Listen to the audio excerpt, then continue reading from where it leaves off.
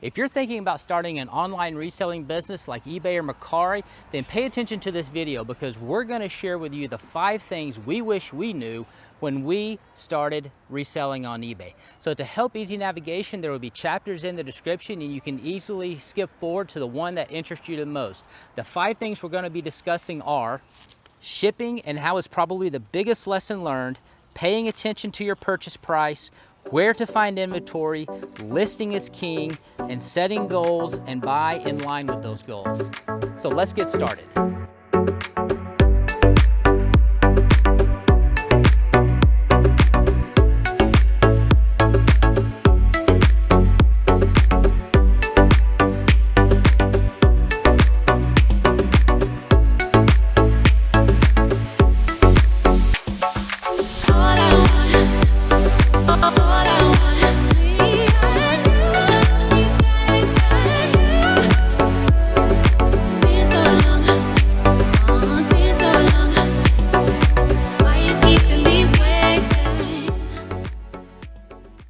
So shipping and shipping errors are probably one of the biggest lessons you're going to learn as a new eBay reseller. So let's look at where to get shipping supplies and what you might need. Many people don't know you can get free shipping supplies from USPS.com. The priority mail, some of the most common ones that I use are the number 7 box, also called the large mailing box, 1092, 1095, the parcel tube, but also the shoe box.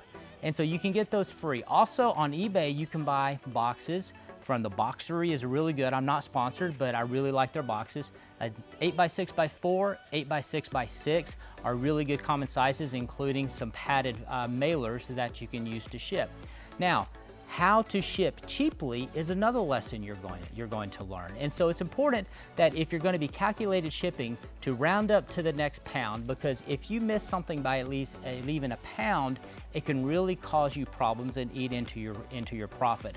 Also keep in mind the size of the item will determine how you ship it, and that's because USPS has a 12 by 12 by 12 or cubic foot rate rule. If it goes over the 12 by 12 by 12, which is 1,728 cubic inches, they charge you extra cost, and it can go anywhere from, charging an extra $20 or even $30. And so for those larger items, you're going to want to ship those UPS or FedEx, or maybe even list it on Mercari, which has discounted shipping rates for larger items. So don't just use eBay to ship out your items. You may be able to take advantage of a site like Pirate Ship that gives discounted rates on shipping costs even above eBay, especially for Priority Mail Cubic.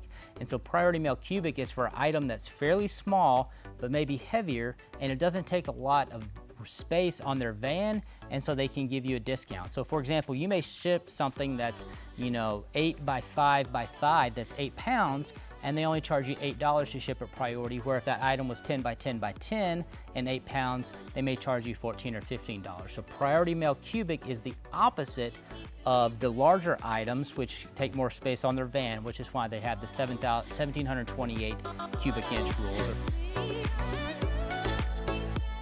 So the second thing is pay attention to your purchase price. And here's what I mean by that.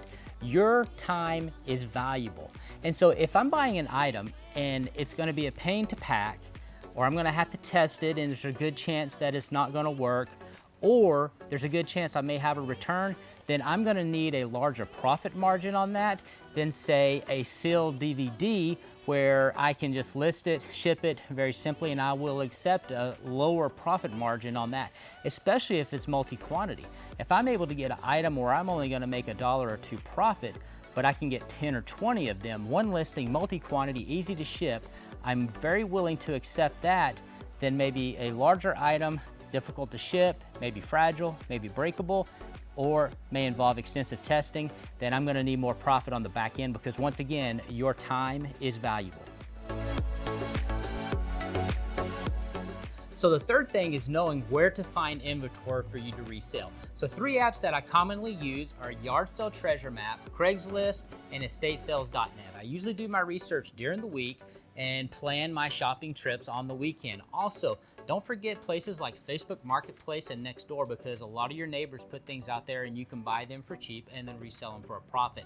And also, across many cities, you're seeing Amazon restock stores pop up. And so what they do is they buy by the 18-wheeler truckload, Amazon returns, and then they load them up and then they sell them for $7, $5 per item. And then you can look at those on restock day, and each day past restock day, the price decreases, 7, 6, 5, 4, 3, 2.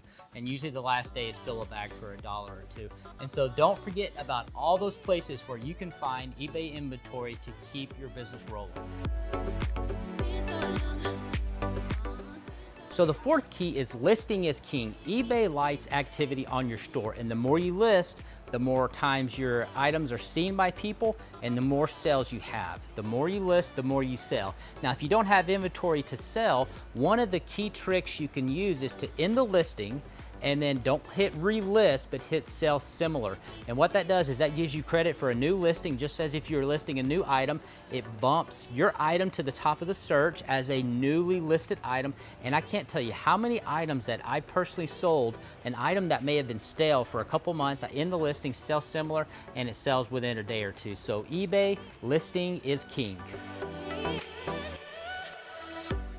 The fifth and last thing is set goals and buy items in line with those goals. Goals for someone who decides to do a DVD reselling business is going to be very different than someone who decides to sell high-end watches. Someone who's selling a high-end watch may only sell 2 or 3 items per month, where someone who has a DVD business may be selling 2 to 3 items per day. We are part-time resellers and only do this on the side. So our goal is to sell 1 item per day. We met that goal in 2020, and I think we're gonna honestly fall about 2 or 3 short in 2021. We had a very slow summer month. So also keep in mind that the inventory you have in your area to purchase might dictate what type of business and what your goals can be.